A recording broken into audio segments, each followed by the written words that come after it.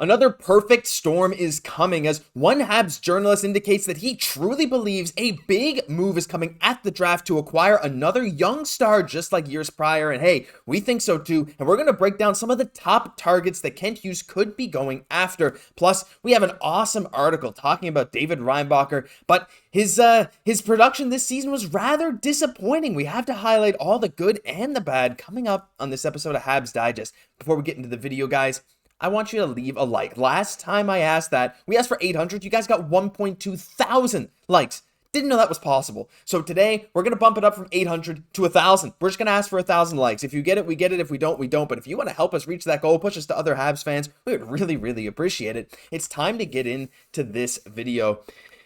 David Reinbacher, Jesse, what a disappointing season. Not from, a perspective of, oh, David Reinbacher is so disappointingly bad. No. But the team, it was not great. This amazing article by Thibaut Châtel, who has stayed very, very tuned in to David Reinbacher this season. I will link this down below. Please give it a read. Please give Thibaut all the love in the world. What a fantastic write-up he did.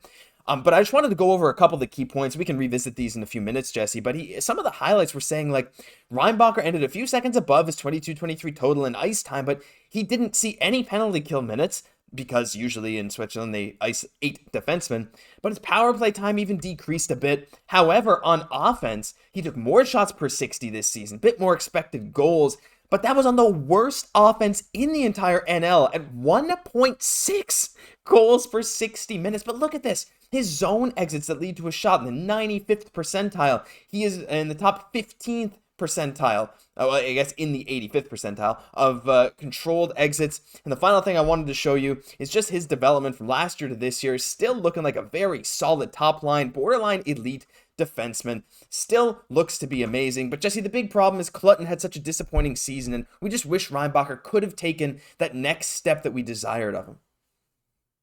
Definitely. It is really disappointing, that injury early in the season, obviously a really bad team. But there's two really important things about David Reinbacher that even this terrible kind of season with a bad team can't take away from him. And first of all, that's his mobility. Translates very well to the NHL. Oh, yeah. Such a great skater, smooth as butter on the ice. Second of all, one of his greatest characteristics, his poise. This guy is cool, calm, collected with the puck. He knows when to make decisions. And again, that's one of the most important things, especially going to the NHL level, where you're then asked to make decisions even quicker. The ability to be able to do that with a level head, to be able to make great reads, is one of the things that David Reinbacher does the best. And I do believe as well, again, a big part of this pick, what was kind of like the attitude to kind of fit the culture. And I believe that's going to serve him really well. When you just had a really rough year, like David Reinbacher, he's a happy-go-lucky guy. Like, you can tell he has a short memory. He expects, greatness of himself, but he's not going to be beating himself up forever. He's going to have a quick memory on this. He's going to forget about it. He's going to readjust, and he's really going to be ready to move on. And he's still projected still to be a top pairing guy. I see him with Lane Hudson, in the future for sure. Again, getting a lot of ice time, leading Cloden on ice time, right? Taking more shots on net. One of the best in the league at the zone exits, which I believe is one of the main reasons we really picked David Reinbacher, trying to build our play, from the net out. That starts with David Reinbacher starting that play. Obviously, if you don't do that, nothing else on offense really happens. So David Reinbacher is the type of person, kind of that missing link, right, to, I believe, bring even more out of our offense in the future. For sure. And the kind of guy like he is right now, like they said in the article, you don't see that level of responsibility given to a guy his age almost ever in these other pro leagues, and whether it's in Sweden or Finland or in Switzerland, where David Reinbacher is right now. Like, it's extremely rare for someone like that to, be up there right at the top of his team in ice time, to be up there in the league in ice time, and like, especially for his age, it's amazing. And like you said, some of these key aspects to generate offense, not necessarily in the offensive zone, which he has improved upon. His expected goals have been very solid, but like you said, from the net out. So even though it was a bit of a disappointing season for David Reinbacher, Jesse, I think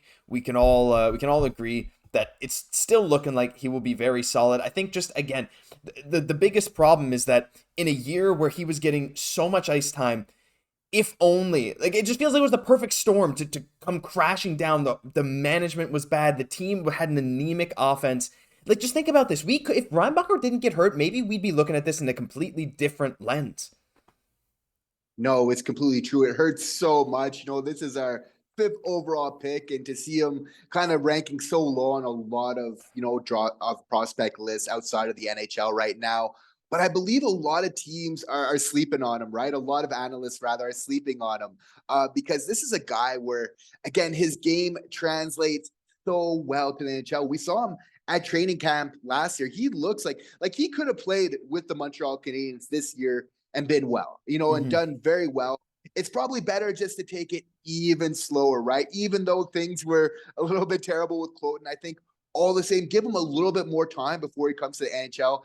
Now he's going to be more than ready. And honestly, I think we have a great player in David Reinbacher. For sure. Feels like you can't miss at this point. At, worst case, feels like a solid second pairing defenseman. That's worst case. I think he's going to end up being a very solid top pairing defenseman for years to come. But let us know what your thoughts are on Reinbacher and his season and his development down below. But we're going to transition a bit into, well, it's that time to talk about the offseason. And, with the trade deadline coming and going, the Montreal Canadiens, well, they were fairly quiet. Of course, they traded Jake Allen. They made some minor trades for Arnaud Durondeau after the trade deadline, but Jacob Gauthier a bit before. Gauthier? No, Perreault. My goodness, I got Cutter Gauthier on my head. Jacob Perreault. But anyway, we got to talk about the draft. And Kent Hughes, well, that's his specialty, as we know. And in a recent Montreal Gazette mailbag, Stu Cowan, shout out to Stu Cowan. Follow him on Twitter as well. He does great This Day in Habs histories every single day. It's a nice little fun way to start your day. But Eric wrote in and asked him what kind of moves Kent Hughes are going to make. And Stu said he would expect Hughes will make a similar trade to ones like he did the last two drafts in order to acquire Dach and Newhook. Goes on to outline the trade for Newhook, 31st overall pick, and a second-round pick. And for the third straight year, Kent Hughes will have 2 first-round picks at this year's draft, and it would be very surprising if he doesn't trade at least one of them, probably in a package deal, to acquire a forward under age 24 with offensive potential. And I think we couldn't agree more, Jesse, but I think we'd even take it a step further and say, not only does Kent Hughes want someone with offensive potential, as Kent Hughes said himself, he wants someone that's already established in this league. Now, when I'm going to pop up here, this is a list of most restricted free agents at the end of this year under the age of 20. There's one 26-year-old there. Most of them are 25 and below. And I sorted them by points. You can see guys like Lucas Raymond, Seth Jarvis, Middlestat at the top. I don't think they're going anywhere. But as you go a little further down the list, you look at a guy like Cole Perfetti in Winnipeg, right? Winnipeg, a team that wants to contend. They have Scheifele and Hellebuck there for long term. Do they want to give up a guy like Perfetti to maybe bolster some other talent? They get some draft picks and move them, or maybe they'd move Perfetti for a better player. To know, you got Yegor Chinakhov. In fact, you got a lot of guys in Columbus like Sillinger, Texier, Kent Johnson. There's a lot of potential guys the Habs could go after, Jesse, and I feel like I completely agree with Stu in saying, I think this is going to be one of the biggest Habs trades we've seen in arguably years coming up.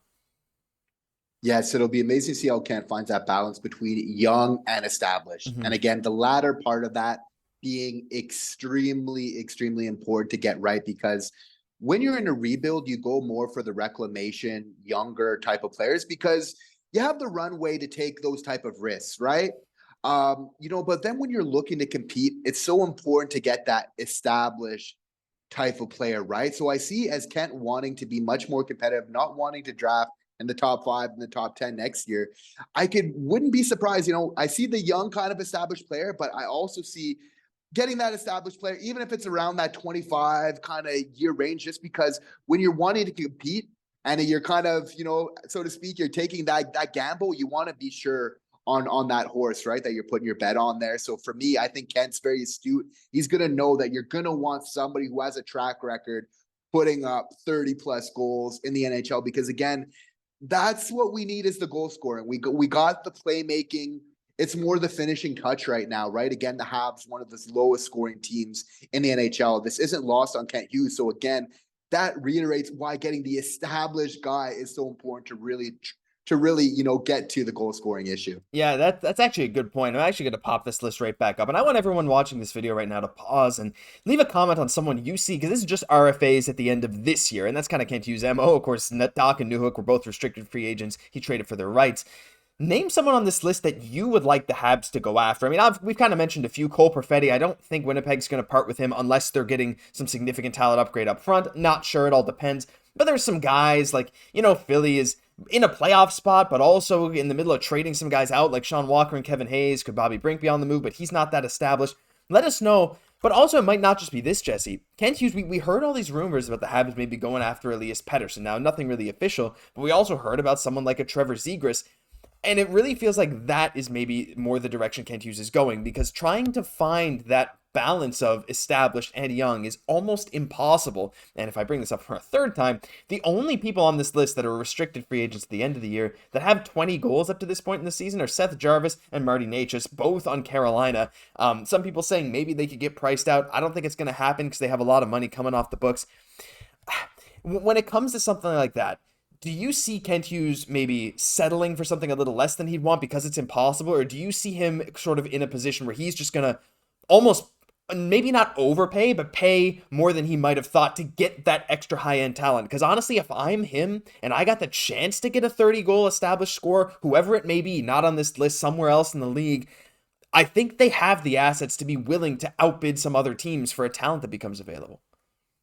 It's going to be the package, and that's what you really need to get the superstar player. I think he's definitely going to pass on Zegras just because Kent is the one that is establishing the culture for the Montreal Canadiens. He's the one more than anybody else that realizes how important that is. So I think he's going to safeguard that through every means possible. He's really shown in every single trade that he's done and every draft selection that character is one of the most absolute important things, for him. Now, I think what really plays a huge factor in who the Montreal Canadiens are going to go for in draft day.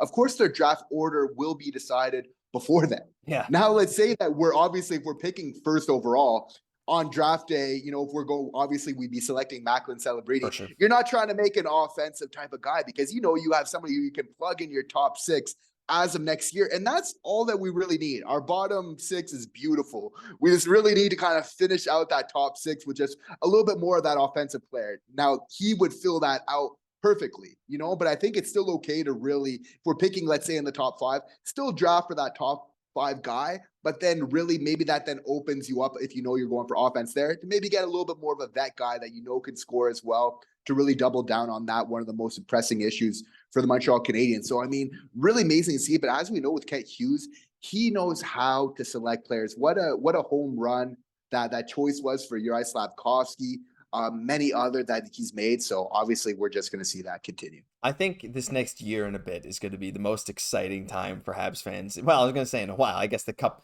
run 3 years ago was probably tip of the top. But hey, you know what? There's going to be a trade this offseason. It's basically a certainty. And next year, some money comes off the books. UFAs, one of the better UFA classes you'll see. So there's going to be a lot of stuff going on, and Kent Hughes is going to be at the center of it. But what do you guys think? Do you think the Habs should hold out on a big trade and maybe wait till next season? Do you think a big, nice trade for a young star this year, then going after a big name UFA next year is the play? The Habs are going to be contenders sooner than we think, it seems like. So yeah, it's a lot to be excited about. But for now, that'll do it for this episode of Habs Digest. If you enjoyed, leave a like.